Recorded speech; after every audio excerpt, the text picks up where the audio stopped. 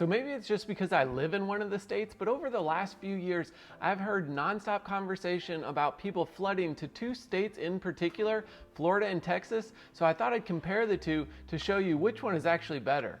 So we'll start with a few basic stats to get a feel for each state. So when it comes to population, Texas is going to be larger at just under 30 million people, and Florida is roughly right around 22 million. Now when it comes to the median salary, Texas is a little bit higher at $57,000 per year and Florida's at $55,000. But then when you also look at the average cost of living, Texas is a bit lower at 93.9, while Florida is just over the national average at 102.8. It's a bit of a sensitive topic at the moment, but let's look at the gas price. Currently in Texas, you can get gas right around $4 per gallon, while over in Florida, it's at about $4.34 per gallon. Now, when it comes to home values, Florida is going to be noticeably higher at a median home value of $348,000, while Texas is down closer to a median value of $282,000. Now keep in mind, these are two really large states, and we're looking at average and median numbers here, which can really range wildly. So I thought what would be more helpful is if I took two very specific locations in each state that are really similar, so we could compare those numbers a bit closer. Now for this example, I'm actually going to take where I live here in Gainesville, Florida, and then compare it over to Waco, Texas. Now when you look at populations, over in Waco, the population is 136,000, while here in Gainesville, it's 132,000. In addition to population, the other similarity is that these are both college towns with a similar layout when it comes to the actual town and city it falls in. Now D.R. Horton is a national builder building homes in both of these areas, and over in Waco, Texas, you could right now get a 2,500 square foot home that's 2 stories with 5 bedrooms and 2.5 bathrooms. That would cost you right at $355,000, while over just outside of Gainesville in a similar area, you could get 2,600 square feet, again 2-story home with 4 bedrooms and 3 bathrooms for $442,000. Now obviously there are a ton of different factors that make up a home value and what someone's willing to pay, but that is almost $100,000 difference, and something definitely to consider if you're looking at these two states. Now that you have a little bit better feel for both states and what they're made up and the population looks like, we'll compare some of the different things to do in each state. Now, to state the obvious, Florida is definitely going to be known for its beaches. I mean, they really are unparalleled. I don't even think Texas has any beaches worth going to. I'm just kidding, of course. That's going to be my Florida bias coming through. The fact is, Texas really does have some pretty amazing coastline and emerald water to check out. Just to name a few, you've got South Padre Island, Surfside Beach, Boca Chica, and of course you've got Galveston Beach. But to compare Florida and Texas beaches, it is a little unfair because Florida is a peninsula. We're surrounded by beaches. You've got Destin, Naples, Clearwater, Siesta Key, Fort Walton, Key West, Miami Beach, and Panama City. I mean, come on. But really, in addition to all those great beaches, both states have a ton of things to do.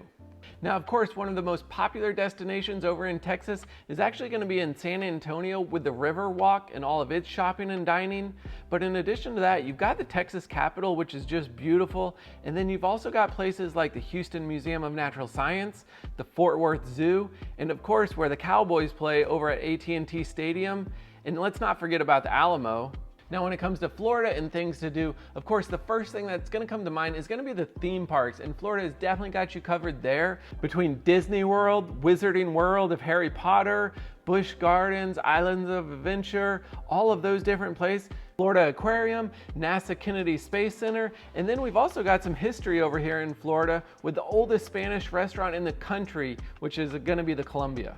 So honestly, the bottom line is both states are definitely going to keep you busy and have plenty to do year-round. So now let's talk about the economy, because that's definitely going to be one of the major reasons so many people are going to each of these states. So you may or may not have seen a few headlines and news stories over the last few years mentioning that people are actually flocking to Texas and Florida by the thousands. Let's dig a little bit deeper into why people are making these moves. I mean, after all, it can't just be because of our good looks here in Florida, or the recent craze with cowboys in Texas. In fact, a lot of it's because of big tech companies like Tesla moving to places like Austin, Texas, and then bankers and day traders moving to amazing places like Miami. These corporations moving bring big jobs and a lot of people, but even beyond that, the growth is generational growth, such as grandparents, relatives, and their children's children. Let's not kid ourselves. One of the biggest factors that brings people to both of these states is going to be the fact that neither state has an income tax. So in the country, there's actually only 9 states that don't have a state income tax. And of course, Florida and Texas are going to be 2 of the more popular ones because let's be real, places like Alaska and South Dakota and Wyoming just aren't getting the same attention and love that Florida and Texas get. Now that we're talking about taxes, let's go ahead and jump into property taxes since those are different. You might be a little bit surprised to hear this one. Regarding tax differences between these 2 states, according to H&R Block, Florida's average real property tax rate is at 0.98%, which is slightly lower than the US average of 1.08. The average Florida homeowner pays just over $1,700 each year in real property taxes, although that amount varies county to county depending on the assessed taxes. Now, what's surprising is actually that Texas has the 6th highest real property value in the United States. In fact, the average real property tax rate in the Lone Star State is going to be 1.83%. Now, another great comparison between Texas and Florida is going to be actually the geography. So I'm sure you've heard people say everything is bigger in Texas. Well, Texas itself is much larger than Florida. In fact, it's about 385% larger, but Florida only has about 6 million less people. Both states have a few relatively large cities and metro areas, along with their fair share of rural counties. So the nice thing about Florida is just about anywhere you live, you'll only be about 2 hours away from any specific coastline. While in Texas, there just isn't that luxury. However, Texas does offer culturally diverse settings with many different ethnic backgrounds. Not to mention, they're known for their friendliness. Texas also offers a more centralized location in the middle of the East Coast and West Coast. So traveling is a little easier and sometimes cheaper based on the location. Now, education is another major factor when considering where to move and where you want to live. If you have school-age children, then checking out counties and local school board websites is going to offer you much more insight into the zoning, school grades, the location, and any extracurricular activities that public schools may offer.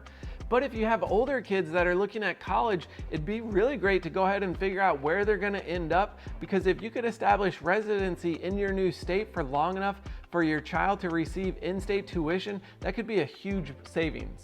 So when it comes to higher education, Texas does have a lot of colleges and universities. They actually have over 150 different colleges and universities that offer. Some of the more popular ones are going to be Texas A&M, Texas Tech University, and the University of Houston. Now, if we compare that over to Florida, Florida actually has a similar number of universities and colleges. Of course, some of the more popular, well-known ones are going to be Florida State University, the University of Florida, go Gators, and then you've got University of Miami and also University of South Florida. Okay, so I'm curious, real quick, if you were having to make this decision today, down in the comments, let me know which state you're going with. Would you be moving to Florida or Texas?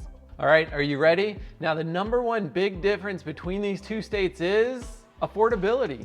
Texas is just cheaper than Florida. There's no ifs, ands, or buts about it. Your money can go further in Texas.